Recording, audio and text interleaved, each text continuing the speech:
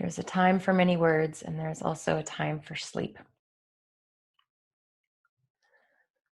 So if our jobs make us tired, or the work that we take home with us, or our overactive mind, it all affects our sleep. All right. So our day and our night are one. What goes on throughout our day, we carry into the night. So the 7 essential habits of highly successful sleepers.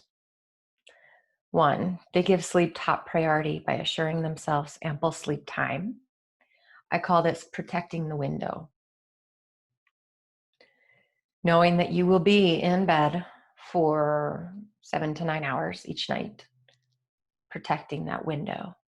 So maybe you won't sleep the entirety of it, but the very least is having that space set out. Number 2, they provide themselves with a comfortable place to sleep. So considering that has us start looking at sleep hygiene, which I don't go into in that much detail, though I do a little bit in the course that I mentioned. It's a very personalized process, what that really means. But sometimes it means cleaning out the room. Sometimes it means you need a new mattress, or like somebody asked in my webinar the other day about a pillow. So a comfortable place for you to sleep, a place that you might want to be, a place that feels nurturing and relaxing to be. Maybe that means putting some paintings around that are soothing colors. So really thinking about your space as a little mini sanctuary for yourself. Number 3, they choose daily activities that enhance their sleep. Can you find a little time to meditate midday? You already are, so congratulations on that step. Can you find a little time to decompress throughout the day? Daily activities that enhance sleep, a little bit of exercise, even if it's just walking around for 15 minutes, something. And one other thing I want to mention is that what is another daily activity that can enhance our sleep? I think it's living in alignment with what our purpose is, living and fulfilling that purpose. Now, our purpose and our passion isn't always our career. If it is, that's lucky. It can come from somewhere else. Sometimes those things match up, and our vocation and our purpose are the same. But can you look at ways that you're living that out, and can you accentuate those? Or can you look at the ways that you're not living out what you want to be doing? Because there's a phenomenon called sleep revenge. And this is when it comes nighttime and all day long, I haven't been doing what I want to be doing, or I'm doing something that I don't want to be doing. Ultimately, my deepest core part of myself knows that. Well, then I might try to, and this is what I see a lot of people do, stay up later, especially if there's kids involved. Get that window of time where it's just about me. I'll watch my shows. Like I am almost resisting going to bed. So if you can relate to that, I've had a student just reach out to me about that last week, and we were discussing. And I asked her, what is your purpose in life? What do you feel that might be? And it was a big question, but it's just a question to start to think about, how can I bring that into my day a little bit more, so that I don't have to go a complete 180 and stay up because this is the only time I get to think by myself, or this is the only time I get to pursue my creativity, or just be left alone. How can we bring those aspects, the essence of that, a little bit more into the day?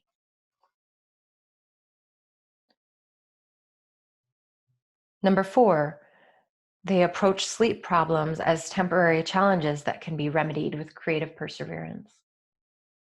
Number 5, They accommodate the physical changes and emotional transitions that negatively affect their sleep. This is a big one. We can't always do something about those physical changes. External events like the fires that adversely affect our emotions. But we can really start to accommodate them by learning how to be with them, learning how to work with them, whether it's pursuing some therapy for the PTSD, admitting it, that, okay, I think I have some conflict there on the inside. That's a really great first step. So starting to look at ways to accommodate the physical changes best we can and emotional transitions. Sometimes that's having a method like what I teach that's a soothing method for the body and for the mind. So you get some comfort and nourishment in there as you try to be with what's going on without being overwhelmed by it. Number 6, they replenish themselves with rest and relaxation. You can use these techniques that I'm teaching to help you fall asleep, but also to get a nap during the day. Or if you're not a napper, I don't really nap, but I'll lay down and do this. And it's like a nap, or even better. Number 7, they utilize outside resources to help assess and treat sleep problems. So the 7 essential habits of highly successful sleepers. Basically, take it into your own hands.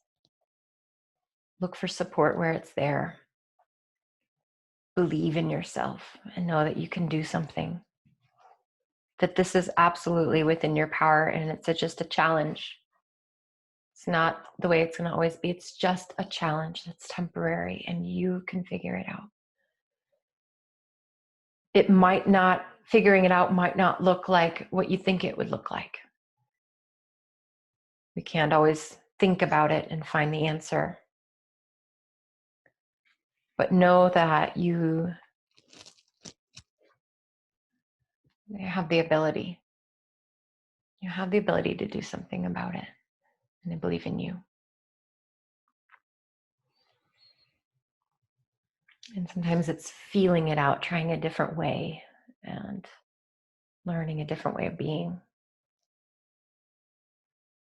Okay. Let's practice the humming breath for about 5 minutes. And thank you for bringing that up in the chat box. The humming breath is often known as like the buzzing bee breath work. It sounds like a buzzing bee or humming, buzzing sound. And similarly, it will tone the vagus nerve, stimulate it, and it helps to shift us from being very thinky and doing, not wanting to let go of the day, into rest. So it initiates the relaxation response. I bring this up today in this session because when you're trying to get back to sleep, maybe try a different way, because we can't, again, mentally will ourselves to do it. It just won't work that way. But you can try a technique like this. Not only does it give you something else to do so that your mind can adhere to this thing that you're doing instead of the thoughts amping up, but it also helps to literally release some stress, emotion. And so this one is especially useful for emotion. If I'm in a state of just being upset about something, maybe I'm trying to sleep, there's a difficult emotion. Can't do anything about it right now. It can be very hard to sit with that or sleep with that, right? It can be very hard. So this one is one that I'll go to in that case that helps me calm down. It takes the edge off, and I feel an actual warming, relaxing sensation. I'm more prone to sleep after that. You can do it for 5 minutes or 45 minutes.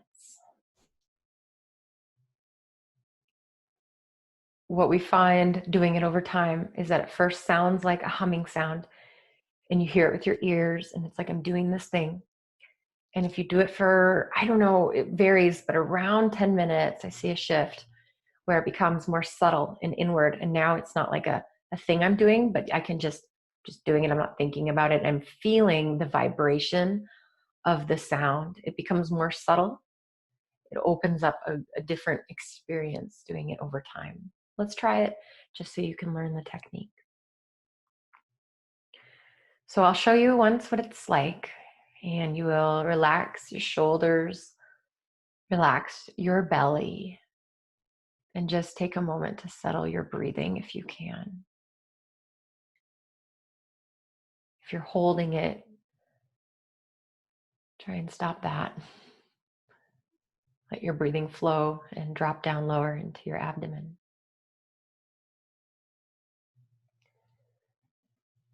And then in a moment, you'll breathe in, taking your time, and you'll breathe out with a humming sound.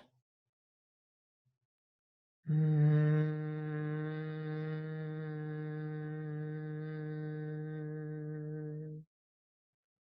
you relax and breathe in when you need to. So please go ahead. Your humming will be a little interesting at first while you discover the right pitch for you, the right tone. I find that the lower tone has a more calming effect. But as you experiment with the pitch or the tone, you can feel it in different parts of your body. If you're humming in a high pitch, you might feel it more in your throat and your face. A lower pitch, you might feel it a little bit of in a different way. So find what the right one is for you right now. And then it's important to not strain, so don't try too hard. At first, you can use this to pump out some extra stress, emotion, angst, loudly through the sound. But in refining it, it will become softer, more inward. Be aware of that process, and please continue.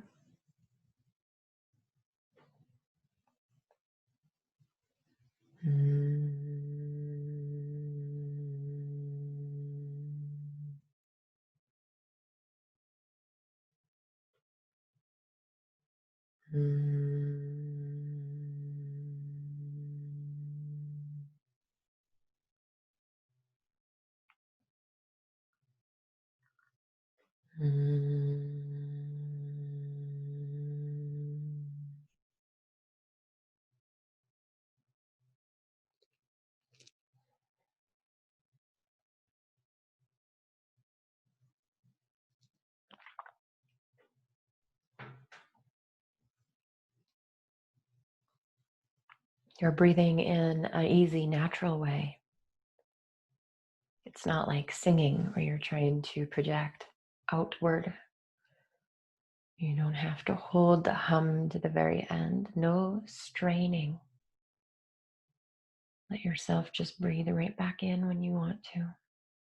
Take your time.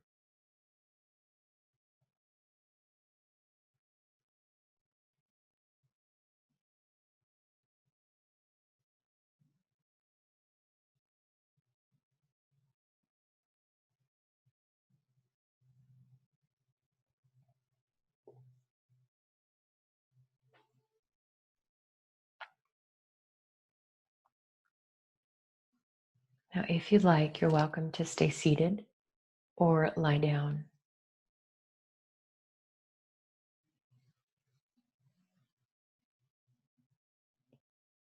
If you lie down, continue the humming sound and to settle into your position, listening to the sound. Each out breath gets the sound. If the sound is choppy or weak, no worries. It doesn't matter what it sounds like.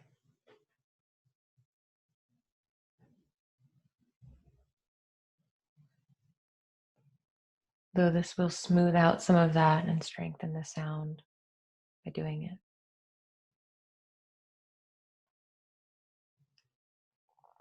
Hear the sound from the inside of your body.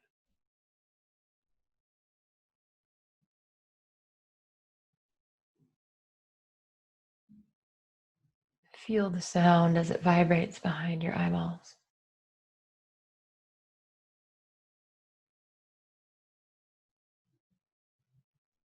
inside your brain, in the whole back of your head, base of your skull. Feel the sound there.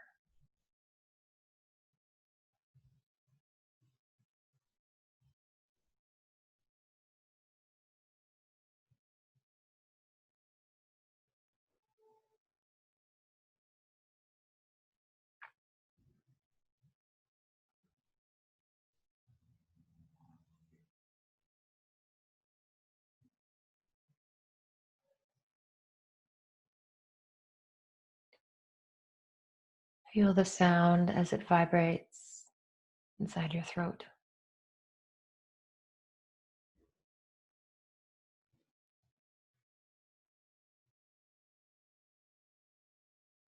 Allow your effort to be very easeful. And feel the sound as it vibrates in the back of your neck.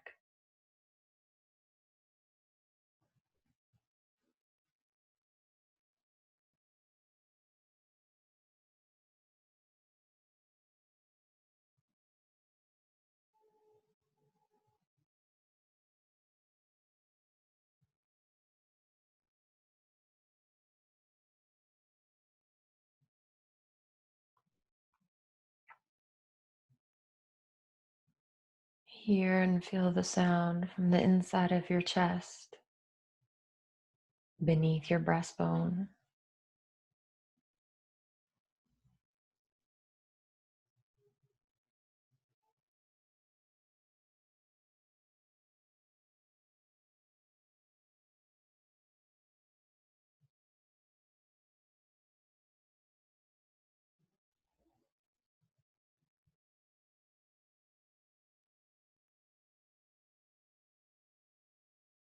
Hear and feel the sound in the back of your lungs, whole back of your rib cage.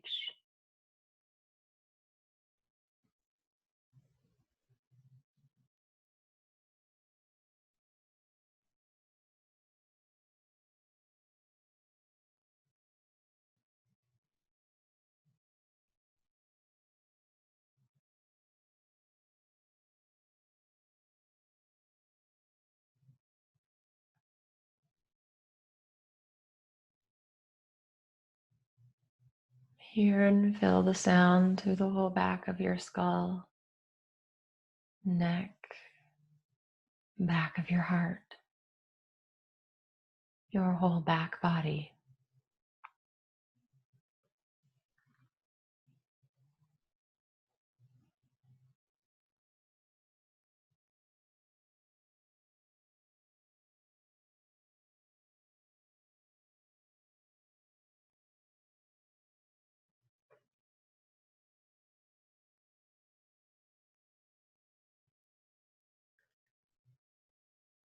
See if you can relax your effort even more.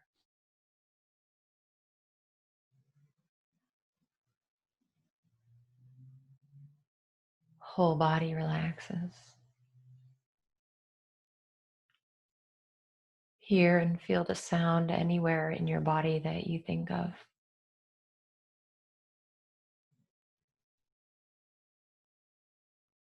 A place where it's obvious, or a place where you can use a little more sensation awakening. Please continue for another minute or so.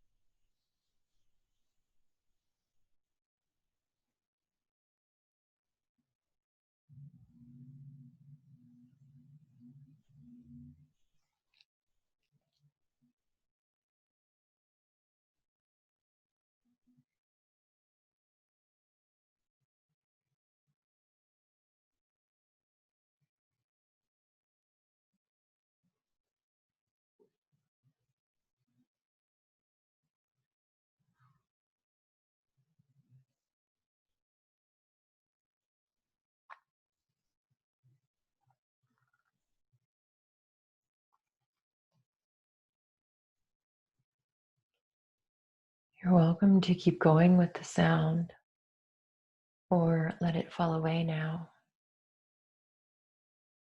And be aware of how you feel now.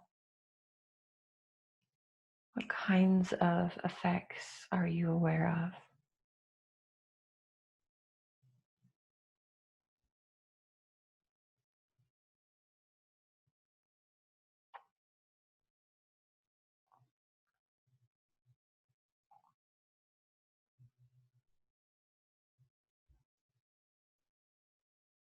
And become aware of your ankles, your left ankle and your right ankle.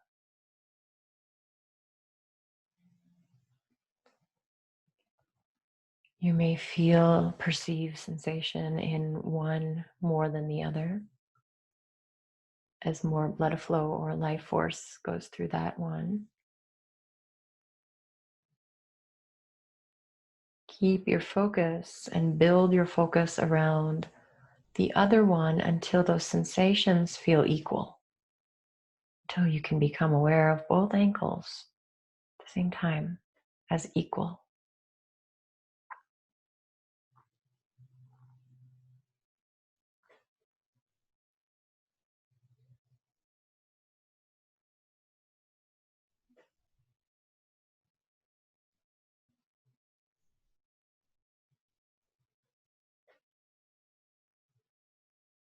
Now do the same in your knees, left knee and right knee.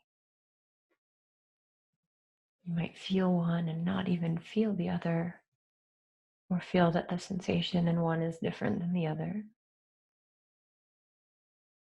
Focus on both knees, balancing them out so that your attention dwells on both knees like they are one unit.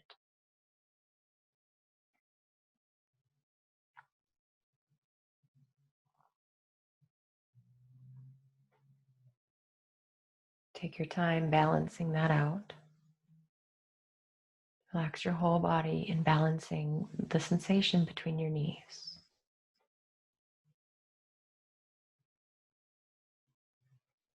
Now do the same in your hip sockets, left and right. This area is difficult to feel, so just focusing to build sensation in there, down there somewhere. And balance it so that the left hip and the right hip are equal, balanced, one unit.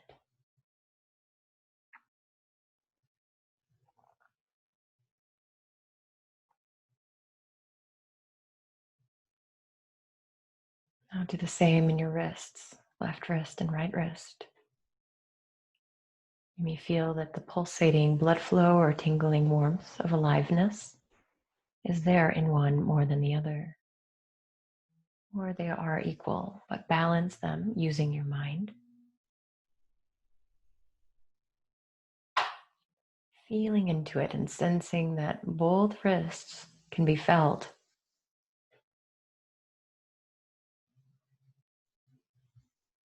Now do the same in your shoulder joints, left shoulder, right shoulder.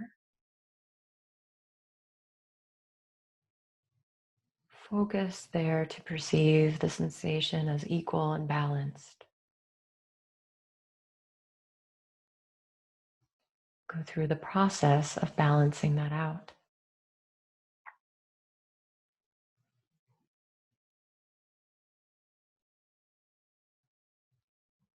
You'll know it's complete when you can feel both shoulders as one.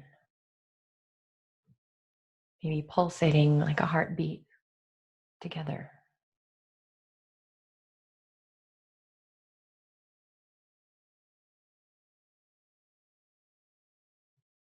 Now do the same in your eyes. Left eye, right eye. Both eyes together.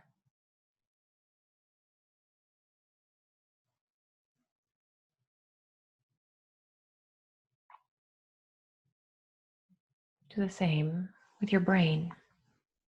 Left brain, right brain. balancing those out until they are equal.